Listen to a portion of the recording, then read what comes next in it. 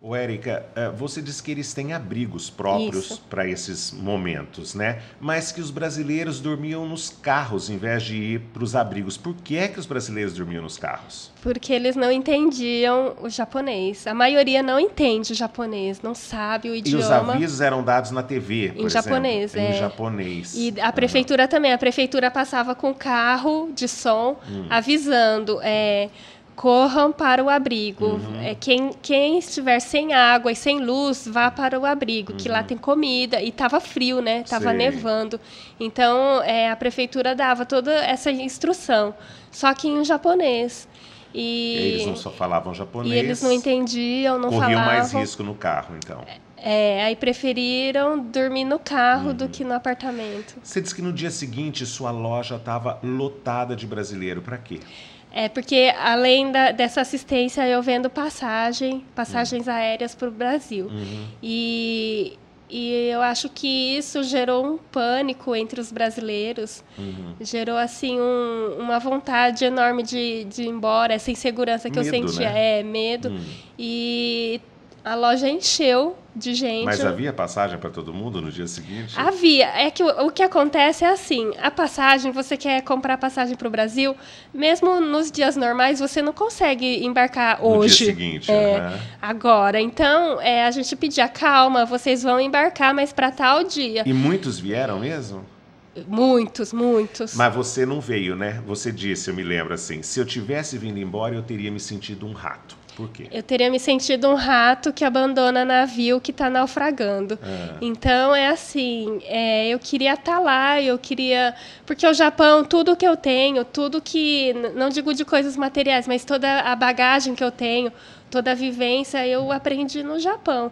E a hora que o Japão mais precisa, eu não me senti, assim, à vontade de vir para o Brasil. Eu ia vir, eu ia fazer o quê? Então, eu preferia ficar lá para poder ajudar. Depois de um tempo, a ONG Imagem Mágica procurou você. Para quê?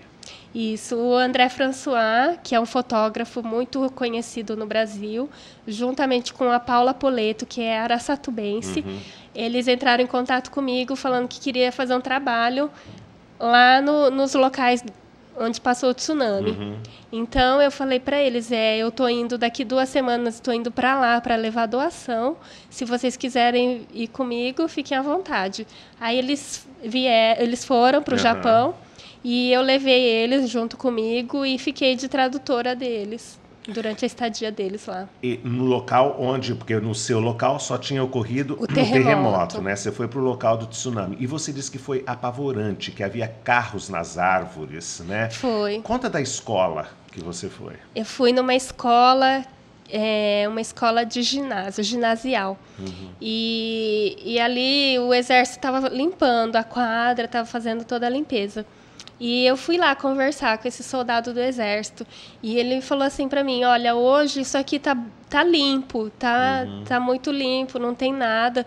Mas aqui foi onde foi encontrado a maioria dos corpos de criança. Porque todos os alunos daqui faleceram, eles morreram. Porque foi assim, quando teve o terremoto... e teve o alerta de tsunami. Aí, assim... Como que fala? O jeito de japonês poder assim se abrigar, socorrer os alunos é correr para a quadra. Sei. Então a instrução que eles deram foi essa: corram para a quadra. Aí foi todos os alunos para a quadra. Mas nessa quadra que passou o tsunami. Foi justamente na quadra. Aí, e não tinha como correr porque veio o soldado me falou que vieram 2 ondas, uma pela direita e outra pela frente. Sei. E a hora que eu entrei lá, eu vi mesmo a marca da água. E essa marca tinha muito mais que 35 metros. Eles falaram em 35 metros, mas tinha muito mais. E aí ele falou que não tinha, as crianças não tiveram como sair, como fugir. Ele, inclusive, me mostrou do lado dessa quadra, falou assim, olha, tá vendo esse buraco aqui? Aqui tinha uma casa. E não tem.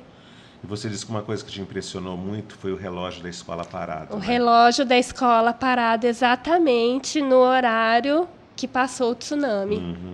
2,50. Me arrepia até hoje. E quando você viu os nomes das crianças na porta, foi isso, né? Eu entrei na escola, entrei no prédio da escola e as cenas que eu vi assim foram terríveis. Vi carteira revirada, sapato das crianças, tudo jogado, assim. Você imagina o pânico daquela hora. Você disse que sentou e chorou, né? Sentei num canto lá e chorei. Você disse que você ganhou muito mais do que o pessoal recebeu de doação. É isso mesmo? Foi isso. Porque quando eu fui lá, eu fui num centro de distribuição para levar a doação.